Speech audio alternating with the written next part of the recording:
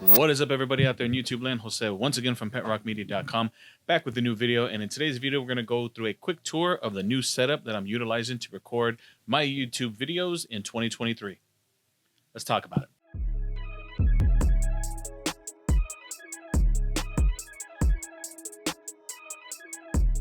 All right, everybody, welcome each and every one of you back to the channel, or if you're new here, welcome. On this channel, we go over different types of tips and tricks, budget items, things like that for photography and cinematography. So if that sounds like something you are interested in, definitely do me a favor, hit that subscribe button, punch that bell icon. The goal and the mission of this channel is to provide my insight into the world of photography and cinematography, operating on a budget, as well as incorporating some maybe not so budget friendly items to make and take your production and your art to the next level. So as the title suggests and the intro suggests as well, we are going to be utilizing a new setup in 2023 for the time being. Right now, I know it's late February, early March of 2023, so we're still very early in the year. But what I'm utilizing is the pod mic from Rode, and I'm also running it through my Tascam Portacapture X8, which you can see right here. What gave me the idea for this is Fujifilm and Tascam have an XLR input device that you can utilize on the X-H2S, courtesy of the smart hot shoe on the top. However, primarily I film my YouTube videos on the Sony ZV-1, which you're currently seeing right now. I've also incorporated a different softbox and a different light, which we'll talk about in future videos, so be sure you are subscribed to the channel. And it's all set up on this kind of one arm from Ulanzi. You've seen time and time again from other content creators and YouTubers. It's kind of like this monitor arm style Frankenstein setup, but it provides with a great way to house and have everything on one stand, so that way you just kind of turn on the camera, turn on the light, press record, and get going.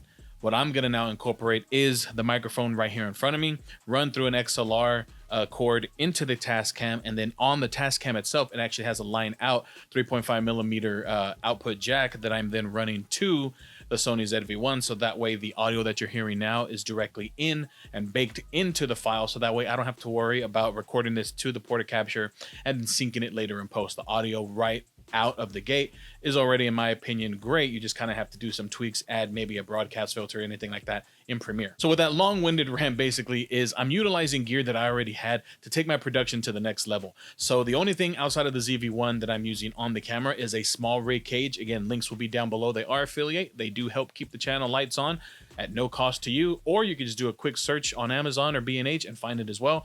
But I've already gone ahead and done the legwork for you. Again, affiliate links are down below. I'm utilizing a cage, and the reason why I love this cage is because it allows me to mount the camera to an Arca Swiss ball head, and it also allows me to get the quick access to the SD card without having to unmount the camera and also have to remount it and things like that. It keeps it in a single place, so it kind of keeps the shots very, very similar. So again, as I mentioned, I'm utilizing that cage. And then, of course, the pod mic. We have a podcast called the Marvelous 13 Podcast. My wife and I also press play, which is a gaming-centric podcast and YouTube channel. Again, I'll link those down below as well. Be sure to check them out, subscribe to us. So I already have a podcast setup with the Rode Podcaster Pro. So I figured I'm going to use this mic to not have to worry about booming myself. It's always here. It's on my desk. It's in a very, very small mic stand. And I already have the Portacapture for my video work. So I went ahead and decided, you know what? Rather than look into purchasing that Fujifilm adapter, which who knows, I might do it in the future. Of course, with my X-H2S build still coming along, my cinema rig, I'm still doing some tweaks to it. So who knows if in the future I will actually purchase that. But in the meantime, I already have something that can theoretically do it with a non-Fujifilm camera, which again is the Sony ZV-1. Let me know what you guys think of the quality itself. Let me know what you think of the light and the softbox and the way the light looks. Again, it's a new light that I recently purchased that kind of got discontinued for a newer model, but in my opinion, the older model works just as amazing.